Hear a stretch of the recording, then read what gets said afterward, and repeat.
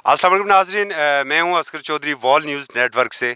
और इस वक्त मैं जो खड़ा हूं वो बदनाल के पास एक मोड़ के ऊपर खड़ा हूं। और मेरे बैकग्राउंड में अगर आपको नज़र आ रहा हो और मेरा कैमरामैन दिखा सके कि जिस शिद्दत के साथ यहाँ पर आग लगी हुई है और बड़ी तेज़ी के साथ जो है वो मुख्तलिफ़ दरख्तों को अपनी लपेट में लेती चली आ रही है। जब हम टॉप बेल्ट के ऊपर बात करें तो ये बशकोली के साथ और दना का एरिया यहाँ पर आ रहा है। और इस एरिया में एक घना जंगल जो पहले से मौजूद है, बदकिस्मती से हर साल यहाँ पर आग कुछ न कुछ अपना असर दिखा देती है। इस दफ़ा भी आप देखें, आग की शिद्दत जो है वो इंतहाई तेज़ है। और कहीं पर भी हमें कोई कोशिश, हमने ऊपर वाली साइड से इसका विज़िट किया है, ऊपर से भी हमने देखा है, कहीं हमें कोई कोशिश नज़र नहीं आ रही है इस आग को बुझाने की। अगर इसके ऊपर हम बात करें तो ये कोशिश क्यों हो, हम बारहा अपनी रिपोर्ट्स में ये कह चुके हैं, आपके सामने ये ला चुके हैं, ये हम आपको बता चुके हैं इससे पहले कि यही वो जंगलात की बेल्ट थी, यही वो जंगल की एक बेल्ट थी जहां पर 4 इंसानी जानें ज़ाया हुई थी आग को बुझाते हुए। सालों गुजर गए, आज तक उनकी अश्कशोई ना हो सकी।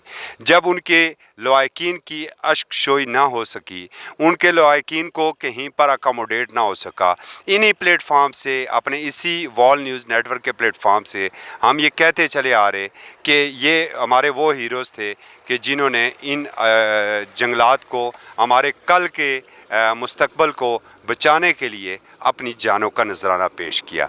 बदकिस्मती से हमारी किसी पुकार की जूं किसी के कानों तक ना रेंगी।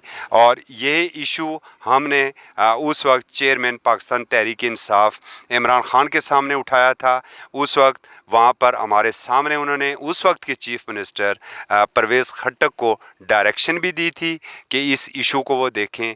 आखिरी वक्त तक परवेज़ खट्टक कहते रहे कि हम उन्हें शोहदा फंड से उनके लवाकिन को कुछ न कुछ अकोमोडेट करेंगे। आज अरसा गुजर गया, परवेज़ खट्टक वज़ीर आला से वज़ीर दफ़ा बन गए। आज महमूद ख़ान को भी 2 साल का अरसा गुजर चुका है, उन लोगों की अशकशोई नहीं हुई है। अगर उन लोगों की अशकशोई हुई होती तो फॉरेस्ट डिपार्टमेंट के वो जवान वो आज लाजमी यहाँ पर इन पौधों को बचाने के लिए एक बार फिर आगे आते, एक बार फिर अपनी जानें ख़तरे में डालते। हमारी गुज़श्ता कुछ 4-6 माह पहले DFO से बात हुई थी। DFO साहब का ये कहना था कि ये शोहदा 4 नहीं है, 6 हो चुके हैं। 2 मज़ीद इंसानी जानें इन्हीं जंगलात को बचाने में ज़ाया हो चुकी हैं। यह तो तस्वीर का एक रुख था। दूसरा रुख कि जहाँ पर हम खड़े हुए, ये बिल्कुल नंगे पहाड़ हुआ करते थे, आज यहाँ पर चीड़ के आसमान से बातें करते हुए दरख्त हमें नज़र आते हैं। एक दरख्त लाखों तीलियाँ बनाता है माचिस की, लाखों तीलियों में से सिर्फ एक तीली हज़ारों दरख्तों को मिटाने के लिए काफ़ी होती है। यहाँ पर भी कोई ऐसी हुई है, ऐसी लापरवाही देखने में आई है जिस लापरवाही ने पूरे जंगल को आग की लपेट में झोंक दिया है। अब देखना ही है कि ये आग कहाँ तक फैलती है, क्योंकि आसमान के ऊपर हमें कहीं बादल भी नज़र नहीं आते और यहाँ पर तो आसमान के वो बादल ही इस आग को बुझा सकते हैं। गो कि हमने रेस्क्यू 1122 की गाड़ी देखी है जो कि ऊपर बिल्कुल पुलिस चौकी के पास थी, जो हमारी बदनाल की पुलिस चौकी है उसके पास खड़ी थी, मगर शायद उनकी तवज्जो इन दरख्तों को बचाने की जानब नहीं है। वहाँ पर एक टूर्नामेंट हो रहा था, शायद उस टूर्नामेंट के लिए वो रेस्क्यू 112 आई है, उसका पानी इन दरख्तों को बचाने के लिए इस्तेमाल में नहीं हो सकता है।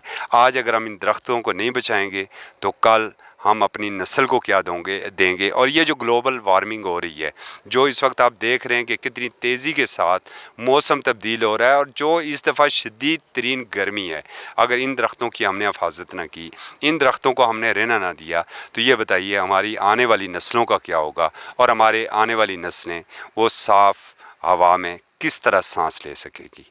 इजाज़त दीजिए, अल्लाह हाफ़िज़।